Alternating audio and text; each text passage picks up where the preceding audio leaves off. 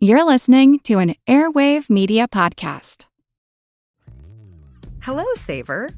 Whether you're saving for that trip to the tropics or saving for an emergency, now is the time to take advantage of Wells Fargo's savings options. Wells Fargo offers savings accounts that can help you save towards your goals. So, what are you saving for? Visit a Wells Fargo branch or wellsfargo.com/save to open a savings account today. Wells Fargo Bank, N.A., member FDIC.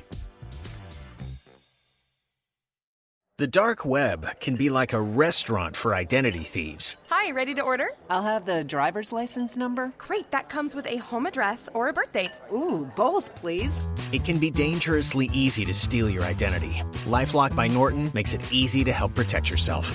If you become a victim, we'll work to fix it. No one can monitor all transactions, but everyone can save up to 25% off their first year at LifeLock.com/aware. Identity theft protection starts here. Sports are easy to disagree on. Let's see what happens when sports talk hosts talk about something they agree on. No, hold on. I'm saying drivers who switch and save with Progressive could save hundreds. Well, I disagree. I think drivers who switch and save with Progressive could save hundreds. Come on, man. Wait, I think we're saying the same thing. Oh, so what do we do now? Everyone agrees that drivers who switch and save with Progressive could save hundreds. Progressive Casualty Insurance Company and Affiliates. National average 12-month savings by new customer surveyed who saved with Progressive between June 2020 and May 2021. Potential savings will vary.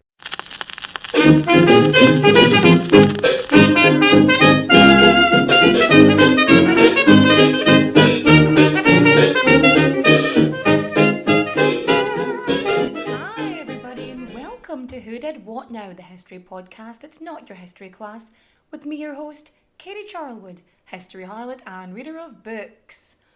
Over on our new home at Spreaker Prime. That's right, I moved over. It's just me. I keep talking as if I have some kind of team. It's like the royal we.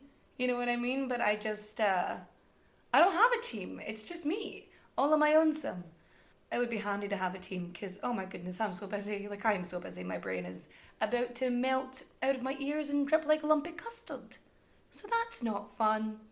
So over the last month or so, I've had hosting services and partners and platforms and whatever, reach out to me and be like, come join us and get this special super awesome thing. And then I would ask, well, what actually are you offering me? How does this differ to what I'm on? How is this going to benefit me more?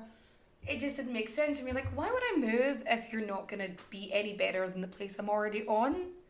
And then I got a message from Spreaker Prime, and I keep trying to say Streaker, and I know it's bad, but I'm doing my best to not say it. But if I do slip up, sorry. But when these guys contacted me, and we're having a chat, and it was like, well, let's call, we'll talk through things. And they were probably the most transparent of, everybody. They explained exactly what they were doing, exactly what they were offering, exactly what I was supposed to do. The entire switchover even, so smooth. It was the least hassle. The only time there was an issue was when I caused it, which, is fairly good.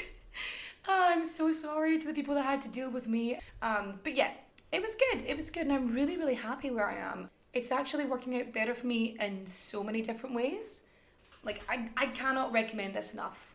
And I know you're probably thinking, she's talking nonsense because she's moved to them. But seriously, everything is easier. Everything regarding the episodes is actually clearer. It's easier for me to do. I have to go and retrofit stuff, go back and fix things and do stuff there. But I had to listen to my old stuff. So I had to go back to old episodes and listen to myself. I'm so sorry. This is why I tell everybody not to listen to the old stuff, because it's not, the content is good. The stuff that's coming out is good. The facts are right. It's just the presentation which is lacking. Because there are so many weird, pauses and weird edits I've done, which is me going, oh, well, I'll take out the silences, but I just want to sound natural. And obviously, I haven't quite found my voice and how I'm going to, tell stories, because I want it to still sound like me, but I want it to actually be coherent and for you to understand it. And I know that sometimes my accent can sort of weave in and out between sort of Irish and Scottish, and some weird no man's land in between the two. And that can be a little bit peculiar and difficult for some people. See, something that I'd like to re-record, and I might even do it as a live, because I think that would be quite fun if people haven't heard it, and that's the shark arm murder. Because I listened to that. I remember even listening to it afterwards, like not long after I put it up, and I'm thinking, what the fuck is wrong with me? Because all I'm doing is talking incredibly fast. Like, I actually had someone there with me that day, and I was telling them it. I was trying to be like natural and be able to explain this to a person. I was trying to work on see if that would work. And clearly that is not the case, because I sound like someone physically sped me up. Like, it sounds fake because I'm talking at a higher register and I'm doing it really fast. So it's not great. And so, like, there is some stuff that I'd like to just redo. And then there are some stories, like when I'm trying to put stuff together, I have a list of things to do. But there's some stuff that I really want to save and do as like a live when I start doing the live tour, which I think is going to be autumn this year, actually, once I get stuff hashed out. Just a wee small one, just UK, Ireland, like that's kind of the dealio right now. Maybe a wee bit of somewhere else in mainland Europe if there's, you know, demand for it, if somebody wants to come see me in person, because, you know, you want me, I'll go there. It's just how it works. So there's stuff that I'm like, oh, that's so good, I want to tell people about it, because I am so impatient. Like, I don't have patience quite a lot of the time, because I just want to constantly do stuff and share stuff, but there's a lot of work that has to go into it before that is an option. And there are some stories that I just keep thinking, oh fuck, that'd be a really good live. And so it's pushed to the side a wee bit. And then I've got stuff which is related to the book that I'm currently writing. And I'm like, well, I should probably wait till I'm promoting the book to actually do that. And it's a whole thing. And I'm consistently busy. I mean, who needs sleep? It's for the week, right? I'm kidding. Sleep. This is not... Your mental health matters, and sleep deprivation is a torture method. I just want to make that clear. So, you know, get your rest. But anyway, I know what you're thinking. You're thinking, quit your jibber jabber. In fact me. In fact you, I will. But first, we've got to get our source on. Our sources are American Resurrection and the 1788 New York Doctors' Riot by Caroline DaCosta and Francesca Miller. The Great Riots of New York by Joel Tyler. Snatching Bodies by Scott Nelson. The Gory New York City Riot That Shaped American Medicine by Bess Lovejoy. And of course we have our old favourites, History.com and Smithsonian.com. Are you sitting comfortably? Good. Then let's begin. Could you imagine if I did the entire podcast with this voice? Is it soothing or is it creepy as fuck? I actually had someone complain the other day because I repeat phrases from one episode to another. And I'm like, yeah, it's kind of how it works. It's, you know, how I open it and how I lead on to the next section. It's just a way for the listeners to know what's coming next, especially if you've been with me for a while. Like, some of you have been with me for the whole hog. Yes, some of you have been with me since like the 11th episode or something, and you have been listening for yonks, then I don't really see why this person is an issue. Like, you only really notice it, I think, if you binge. Like, that's not a me problem, that is very much a you problem. Because if your issue is like hearing my voice say things, then maybe just don't listen to me, I feel like, is just a simple solution for everybody. That being said, if you do want to rate and review 5 stars on Apple Podcasts, it would be very helpful for me on the business end. I mean, it's helped me get this far, and honestly, and you say so many nice things. Everyone's like, well, it's not for a stroke of my ego. Yeah, it is. I mean, it helps me business-wise, but I do like to hear the nice things you say, because it makes me feel good, and we shouldn't be ashamed to accept praise. But that's another story for another day. But anyway, to the story.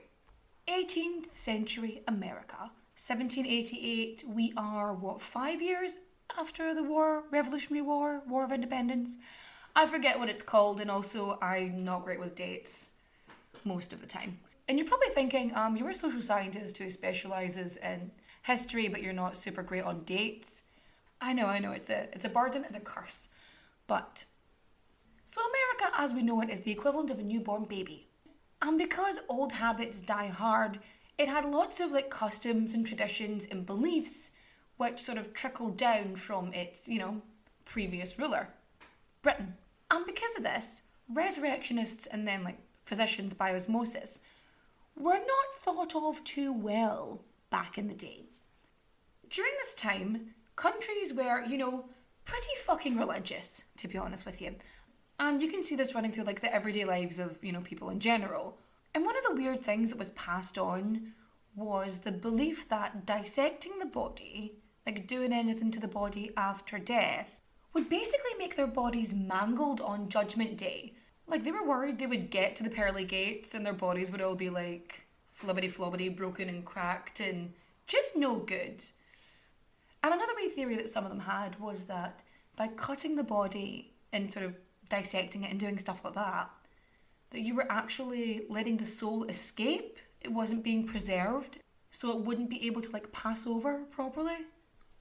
Also, in addition, furthermore, there is that sort of, again, comes from the whole religious aspect of it, the whole cloud of shame. The idea of your naked body, deceased or not, being moved around and looked at, touched and prodded, poked, pinched, and who knows what other kind of stuff they might do to it. The idea is just very, ooh, I don't want anybody to see me naked. It's not going to matter if you're dead, mate. Because here's the thing, most people don't actually want to look at dead bodies, especially naked ones. And the people that really do want to look at that, they need therapy and some kind of hobby that keeps them away from the general public. Like an interest in ornithology, go out and look at some birds, alright? That's fun. So back in the day, we didn't really know too much about the human body, especially the inside parts. To this day, we still don't seem to know too much about women's parts, but that's neither here nor there. But back in the day especially, they didn't have a fucking clue. So they had to learn. And how do you learn? By studying bodies. So physicians, doctors, surgeons, the whole shebang, they would have to study bodies. And in order to do so, they would actually need bodies to study. So you've got a country that doesn't want anybody touching their dead bodies, and you've got an entire profession that absolutely require touching dead bodies. Clearly, this is a less than ideal situation to be in, and you've got these guys, they really need fucking bodies, they need to get their hands on them, and generally, as I mentioned, I think in the Body Snatchers, supposed Body Snatchers, Burke and Hare episode, there were absolutely 0 bodies available for dissection. Not morally, not ethically. I mean, the whole concept of ethics hadn't really been thought at that point, but morally, ethically, and most importantly, legally, there was no avenue. There was no option. Nothing. None. Unlike Britain, which did have one faintly legal supply route, and that supply came straight from the hangman's noose. The only bodies that could actually be dissected were those of criminals. But, you do need to have a decent amount of criminals. America just didn't have that option. However, they did have an alternative group of people that they could... that it was perfectly acceptable to cut up and dissect and do with as they will. Enslaved people. That's right, slaves. And of course any other non-white minorities. So that was a thing you could do. It was absolutely dandy if you wanted to dissect slaves, maybe a Native American or two, and in general, society would just turn a blind eye to this happening to the bodies of, Irish and German immigrants at the time too. So they've got this very small, quite unreliable pool from which to choose from. So they've already got a lack of options. Considering the complete lack of cadavers, many doctors felt they had absolutely no other option but to turn to the resurrectionists. Or more accurately in this case, to become resurrectionists themselves. Okay, resurrectionist is just a really polite way of saying grave robber and body snatcher. And they were such a massive problem in the 18th and 19th century that people started guarding graves. Because obviously, the fresher the body, the better. Like, it was such an issue that families would either guard the graves themselves or pay someone to do it for, just long enough for they felt that the body wouldn't be worth nicking. Which is fine during, spring and summer. But once the colder weather hits and it's winter, the bodies are going to be preserved longer and it's going to be easier to steal them. If you can get through the ground, you're getting the body. And so, because of the relationship with the resurrectionists and the fact they were actually physically cutting up corpses, being a doctor or a physician in this time period was seen as kind of offensive and sacrilegious and just kind of shitty. It wasn't respectable. It was basically barbaric. Unlike today, where being a doctor or a surgeon really puts you in high esteem, at least upper middle class. You know what I mean? And in 1788, because the general public had this distrust and disdain for the entire medical profession, the students at Columbia College weren't exactly held in high regard. And at this time, you didn't actually have to graduate from a professional medical school in order to become a practicing doctor. You didn't actually need that. And Columbia College was the only medical school in New York City, but it wasn't the only place that you could study medicine. Naturally, those who could afford to would attend private, not-for-credit classes at the New York Hospital, taught by none other than Connecticut-born Dr. Richard Bailey. Bailey himself had studied in London under the incredibly famous Scottish surgeon John Hunter. Of course he was Scottish, all the best ones are Scottish. Which is why he was one of the popular people to study under. And part of his classes, which was a necessity, was anatomical dissection. So, cutting up cadavers. But again, hard to come by. They just didn't have enough bodies to go round. This led to some students grabbing a shovel and taking matters into their own hands, while others didn't actually want to get their hands dirty, outsourced the work to professional grave robbers. Luckily enough for the medical students, there were two graveyards relatively close to Columbia College. One of which was the pauper cemetery where just the poor people get dumped, and across the street was the cemetery for enslaved people. And at this time, 1/5 of New York, 1/5 of the population was black. And the majority of which were, and this is going to shock you all, were enslaved people. What do you know? I know, I'm surprised too. So because of their low social standing and absolutely bollocks rules at the time, slaves were only allowed to be buried outside the city limits. They weren't allowed inside. So effectively the really, really poor, the destitute and enslaved people, they were all buried out there.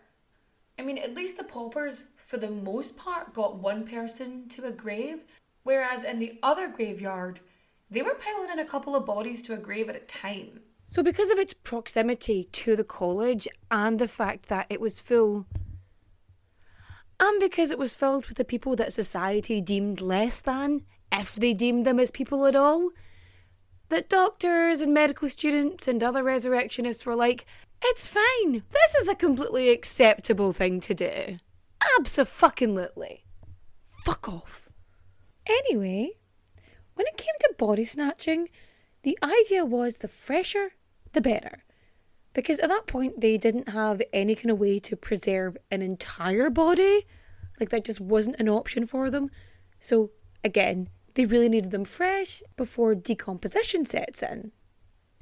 Luckily for the medical students, by the time winter rolls around, nicking the corpses is pretty easy because as long as you're good at digging through cold, icy ground, because as we know, colder temperatures keeps things preserved longer, which means a slower rate of decomposition.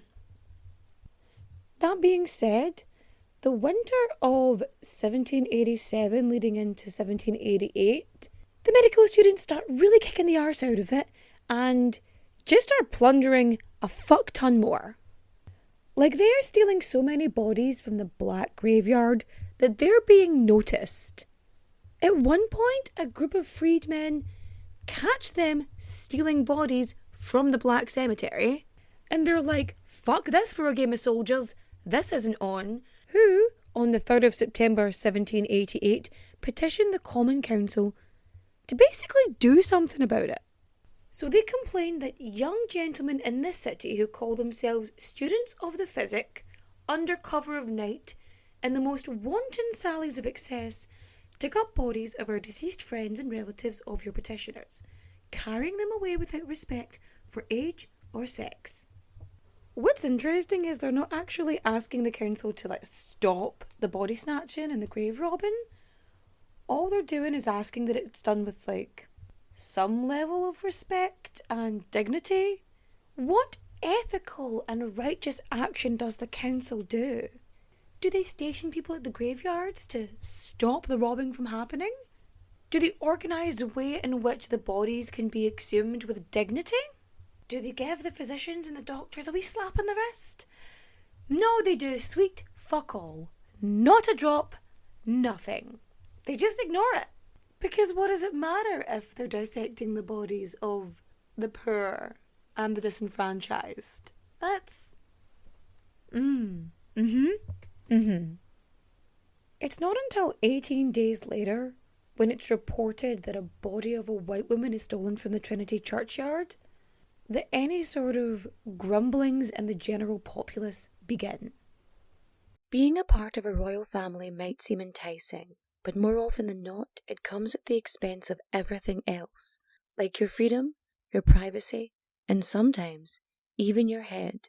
Wondery's new podcast, Even the Royals, pulls back the curtain on royal families, past and present, from all over the world, to show you the darker side of what it means to be royalty.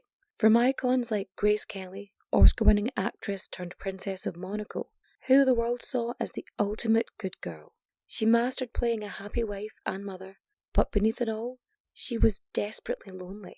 Grace spent her whole life working towards perfection, and it ultimately cost her her happiness. Or King Ludwig II from Bavaria. He was only 18 when his father died, leaving the crown to him and a duty to rule that he never wanted. He refused to lead, and used the funds from the royal treasury to further his extreme love of opera. But this choice eventually cost him the crown and his life. Follow Even the Royals on the Wondery app or wherever you get your podcasts. You can binge Even the Royals ad-free right now on Wondery Plus. The regular season is heating up. New stars are emerging, and that means more opportunities to win up to 25 times your cash on Prize Picks, the most exciting way to play daily fantasy sports. Just select 2 or more players, pick more or less on their projection on a wide variety of stats, and place your entry. It's that easy. Let it fly to turn $10 into $250 with just a few taps. Easy gameplay, quick withdrawals, and injury insurance on your picks are what make Prize Picks the #1 daily fantasy sports app. Watch your favorite players and get paid doing it this basketball season. See your entries make progress during the game or make new entries for the second half and the fourth quarter. 3-pointers, assists, rebounds, and everything in between are yours for the taking. Join the Prize Picks community of more than 7 million players who have already signed up. Right now, Prize Picks will match your first deposit of up to $100. Just download the Prize Picks app and use code GET100. That's code GET100 on Prize Picks for a first deposit match of up to $100. Prize Picks. Pick more, pick less. It's that easy. There are a few variations on how the riots actually started, most of which revolve around a group of boys playing at the New York City hospital. In one version, one of the boys is dared to climb up a ladder and look in the window. And boys being boys, and having to prove that he is not afraid, He climbs the ladder, pokes his head in the open window of the dissection room, and a surgeon just waves a severed arm at him. In another version, the boys are playing outside and they literally see a severed arm just hanging out the window. In the most popular version, the group of young boys, they're playing outside the New York hospital. The surgeon's inside, the windows are open, and he can hear them playing, and he's just getting pissed off. And he goes, "Fuck this for a game of soldiers. I'm going to annoy them because they've annoyed me." And so he picks up a severed arm. He waves the arm, hand and all, at the boys and yells at them, saying that it belongs to one of their mothers. And like, in another area, in another time, this could have just been like a your mama kind of joke. And whether the surgeon thought this was just like a funny thing to do or whatever, one of the boys had actually lost his mother recently. And so he is incredibly upset because he is convinced this young boy believes that this surgeon has just waved the mutilated corpse of his mother at him. So this kid, he is sobbing and bawling. He is really fucking upset. And he legs it home. He runs all the way back to his dad. The boy gets home and he is clearly distraught. And through sobs, the young boy tells his father that the doctor waved his dead mother's arm at him. So the dad grabs a shovel and fucking legs it down to his late wife's grave and starts digging. They exhume the coffin, and inside they find sweet fuck all, his wife's body. As he suspected, his late wife's body is missing. It's fucking missing. So he is past the point of mad at this stage, fucking livid. But he wasn't the only one who was mad. Most New Yorkers were not super into having, the graves and bodies of their loved ones desecrated, decimated, and dissected. This dude is so mad. This widower was out for blood. He wanted revenge. And he proposed that they storm the actual hospital. Luckily for him, there were more than enough volunteers who were just sick and tired of having, bodies of their loved ones stolen. And soon enough, hundreds of people were marching towards the hospital. When they get to the hospital, a lot of the doctors and physicians and anatomists, they fucking panic. Quite a lot of the physicians freak out and try to flee, generally on foot. One guy is so scared that he literally climbs inside a chimney, which is, I don't need to tell you, is not a good idea. Don't climb inside chimneys. No. The mob breaks into and occupies the hospital. So the mob are occupying the hospital and they just start breaking shit. They are ransacking rooms, they're smashing specimen jars. And this is even before they get to the proper anatomy room. Because when they reach the anatomy room, that is when the mob mentality really starts to bubble over. Because this is where the shit hits the fan. Because when they enter, because when they get into that room and they see what's in there, they are so angry and repulsed and revulsed and just all of it, all of the ick. Because in this room there were 3 bodies, 2 that were sort of mid-dissection and 1 that was boiling in a kettle. Because there was both a female and a male body being dissected, everything was on show, and this especially, coming face to face with corpses pinned and pulled to genitalia, really did not sit well for these guys. Most of the doctors and medical students, they had already fled, they had fucked right off. However, some had stayed, the purpose of which was to protect, the pathological and anatomical specimens, like it was a really valuable collection at the time. They tried to protect them. They did not succeed, because with everything else that they had seen and everything else that was going on, this mob were fucking rabid. They were dragging specimens out into the street and setting them on fire. Dr. Richard Bailey and his I don't know, assistant, protege, student, Right Post. That is his name. His name is Right Post. Wright. That kind of right, not as in write a letter or doing the right thing. So they had stayed to protect all the stuff. And the mob was obviously very mad at the people who were in charge of this whole thing, which would be Bailey, and who they would have seen as his second in command, which is Post. So the mob are almost baying for blood at this point, very, very close to attacking, and they were in quite a bit of danger. So Bailey and Post, they were in what you might call, mortal peril. And if it wasn't for the arrival of the New York mayor and sheriff, both the surgeon and his protege could have been toast. So to make sure that they were not added to the literal pyre, Mayor James Duane ordered that all doctors, physicians, surgeons, medical students all be escorted to the jail for their own protection. They had to get locked up because it was the only safe space for them. So he probably thought, yeah, let's put them in the prison for their own protection. Keep them there overnight, it's really secure. And by morning, the mob won't be baying for blood anymore. They'll have calmed down, they'll have had their Weetabix, they'll be chilling out. Needless to say, that did not quite go to plan. Because instead of the rage, dwindling down, dying out, the crowds dispersing, instead of blowing over, the mob's fury was burning brighter than ever by the next morning. This mob starts running around New York City looking for doctors, physicians, medical students, anyone that they deem to be guilty, either by their own actions or by association, of the mutilation of the corpses of the people of New York City. Literally hundreds of people descend on Columbia College.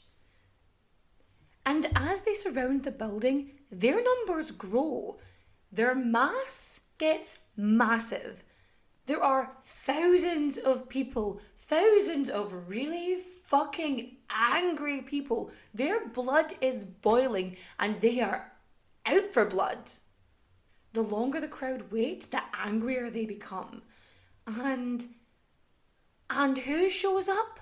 None other than former student of Columbia College, Alexander Hamilton. Alexander Hamilton. His name was Alexander Hamilton.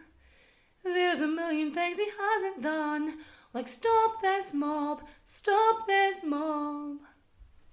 So he's there on the steps outside this college, and he is begging the crowd to just disperse, to just go home, to not destroy the building. He's like, this is a place for learning. Please don't tear it to the fucking ground, because that's just not cool. I'm paraphrasing, obviously, but you get the gist. And even Broadway's favourite rapper could not get this crowd to chill the fuck out. They end up pushing past him, shoving him out the way, and making their way in anyway. So they burst through the doors and they start fucking Scooby-Dooing the place out. They are running around and they are searching for bodies. They are convinced that there are going to be a fuck ton of bodies in various states of decay and dismemberment just sort of lying around the place. And they're bursting into rooms. They're searching the anatomical theatre, the chapel, museum, the library, and they even go into the student's bedroom because they are desperate to find something, some sign of the crime that they believe to be committed. Well, more like the crime they actually know was committed, but unluckily for them, and luckily for all those fucking students who were clever enough to actually remove any and all of the bodies from the building the previous night. Upon finding absolutely zero human remains in the facility, they decide they're going to search all the doctors' homes. So they go back out in the street and they're effectively rioting again. They're ransacking all of these physicians' houses. They are digging through shit. They are looking for specimens, bodies. anything that closely resembles what could be a human corpse or appendage. After finding absolutely zilch, diddly squat, they turn around and they head straight for the jail. This angry mob marches right down. So this angry mob is marching right down to the jail. So this angry mob marches right down Broadway and to the jail itself, where a bunch of quite important politicians, including Mayor Dwayne and the Governor of New York, George Clinton, try to convince the crowd to just go, to leave them alone and not do shit, are desperately trying to make the crowd calm the fuck down and bugger off.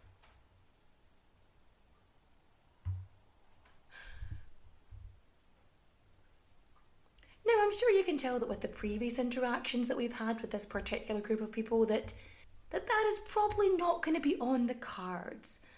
The mob straight up refuses to go, and it gets bigger till there's roughly 5,000 of them. And this crowd starts picking up random shit. They've got rocks, they've got bricks. They literally tear apart the gallows. The gallows! The actual structure from which you hang someone. They tore that apart. They rip a fuck ton of wood off of that. Bits of bricks, bits of stone, stuff that's stuck together.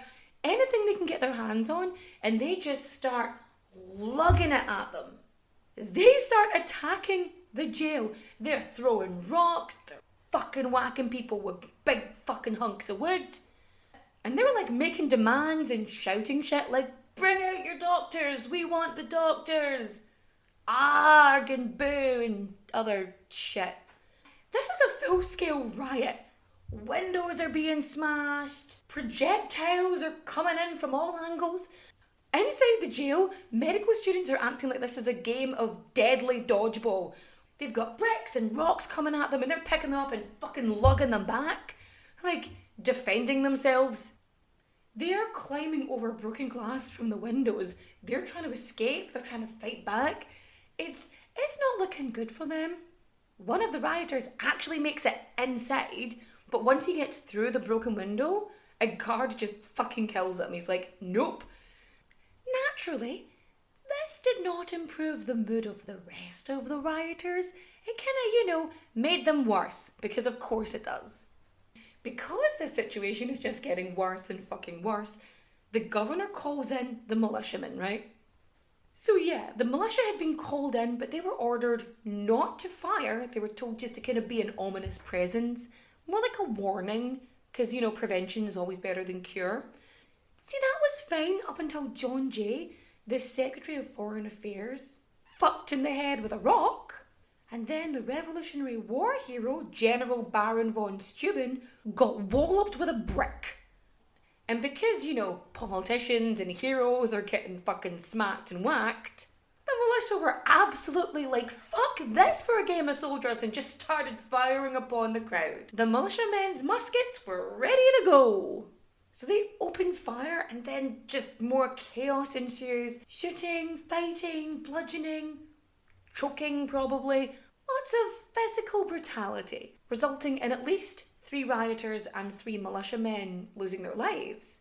But the death toll was supposed to have reached 20 people because a few of the mob were mortally wounded during the riots and they didn't die till a couple days later. And over the next few days, it just kind of calms down.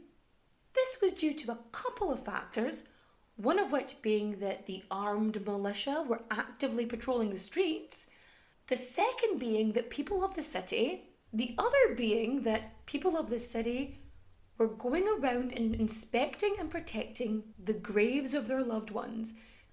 You had some families taking it in turns to go and inspect the graves of their nearest and dearest. And some fellas decided to come together and become dead guard men. So they were like this armed group who took it upon themselves to protect the cemeteries. And while this was going on, the New York newspapers completely stopped running ads for doctors, medical classes, anything sort of medical related, they were just like, we're just not going to put that in. No advertisements for them. They just thought best not to. And with all this going on, a lot of the bigwig physicians of the city had to publish these notices saying that they had never robbed any graveyard in the city. And of course, never asked anyone else to perform such a heinous act. And that's the thing, isn't it? It's correct on a technicality because both Potter's Field, which was the paupers' graveyard, and what was known as the Negroes' burial ground, they were outside. They were outside the city limits. They were established officially outside the cities. So yeah, they were correct and truthful on a fucking technicality. So charges were attempted against the medical students, but nothing ever stuck. And then a grand jury investigates the riot, but there is literally no record of anyone being convicted as a result of this. Because there's a grand jury that investigates the riot, but nobody gets convicted. Not a one. And even though none of the students or the physicians are charged, like, the complete disdain and disrespect for doctors in New York, well, it lingered for a good wee while, years, in fact. From the very next year, these anatomy acts start being passed. Now, they're also known as bone bills, which I think is a much cooler name, and I think that's how we should refer to them. These bone bills are passed to ensure that there is a legal supply of corpses to the medical profession. No more digging up dead bodies for doctors. I mean, that's what they hoped for anyway. In 1789, the New York legislature passed an act to prevent the odious practice of digging up and removing for the purpose of dissection dead bodies interred in cemeteries or burial places. Basically, it bans grave robbing as if it wasn't already, not a thing, and legally provides a supply of cadavers. Now, so this act not only banned grave robbing, but it also stated that they would be allowed to dissect criminals who had been executed for murder, arson, or burglary, because they could be sentenced to dissection after death. That was an option when sentencing. It's like, listen here, motherfucker, I'm sentencing you to dissection after death.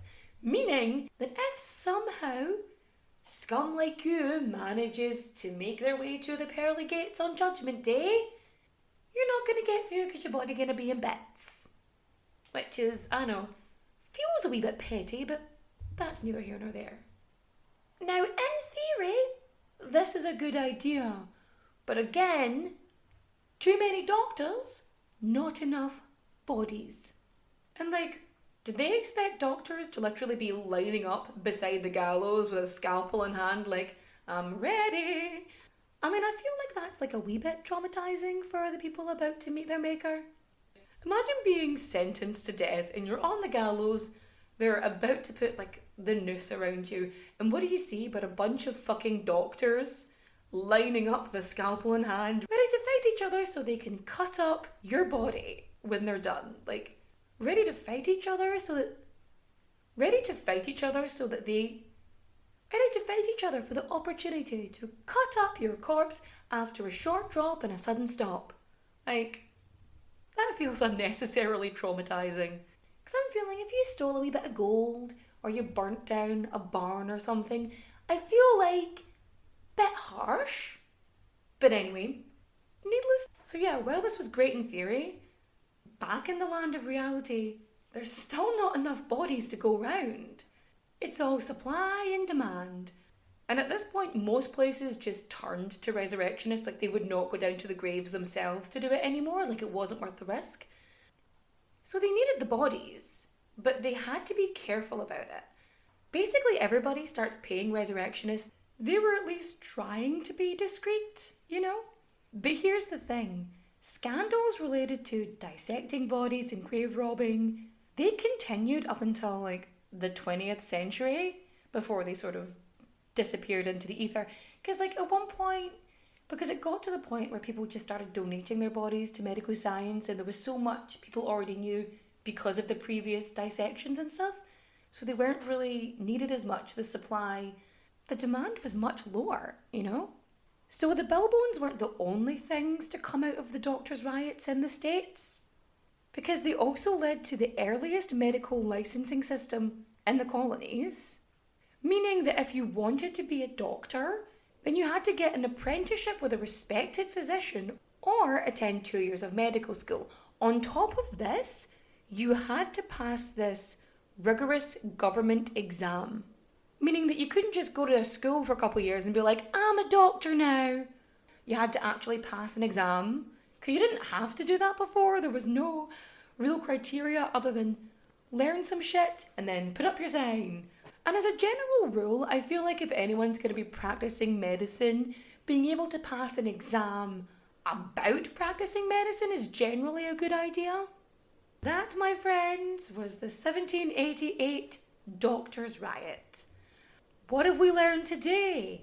We learned that being a doctor in the 18th century was pretty fucking easy if you had enough money to do so. We also learned that pranks are not cool, and that waving severed appendages to small children generally not a good idea. I feel like these are standard things we should know, but we also learned that even though modern medicine isn't exactly perfect, it's definitely a lot better than it was in the 18th century. You know what, after that, I definitely think it's recommendation time. So for reading, I'm going to recommend Forgotten Bastards of the Eastern Front, An Untold Story of World War II by Sergei Plochy. I feel like I've pronounced that name wrong, but I'm sure someone will be able to correct me at some point. So read that. For watching, I am going to recommend... What have I watched recently? For watching, Flight Attendant Season 2 is out. I love Kaylee Coco. She's so awesome. And I love her weird 70s hair. I vibe with it, you know? I also like an interesting plot twist with it. I also like TV shows that have flawed... Also quite a fan of TV shows that have flawed central characters. And for listening, I've been listening to the podcast Art of History by Amanda Mata. The latest episode, The Man and His Muse, absolutely loved it. So if you're into that sort of thing, go check it out. And before I go, if you enjoyed this episode of the podcast, feel free to rate and review 5 stars on Apple Podcasts, Spotify, all that jazz. And if you want to have a wee chat or talk or send me a message or anything, you want to recommend stuff, you can catch me on all the socials. Twitter, Instagram, TikTok, Facebook, everything. Links are in the description down below. And with that, I shall bid you adieu. Adieu. And with that, I shall take my leave of you. Adios, au revoir, auf Wiedersehen, my friends. Bye-bye.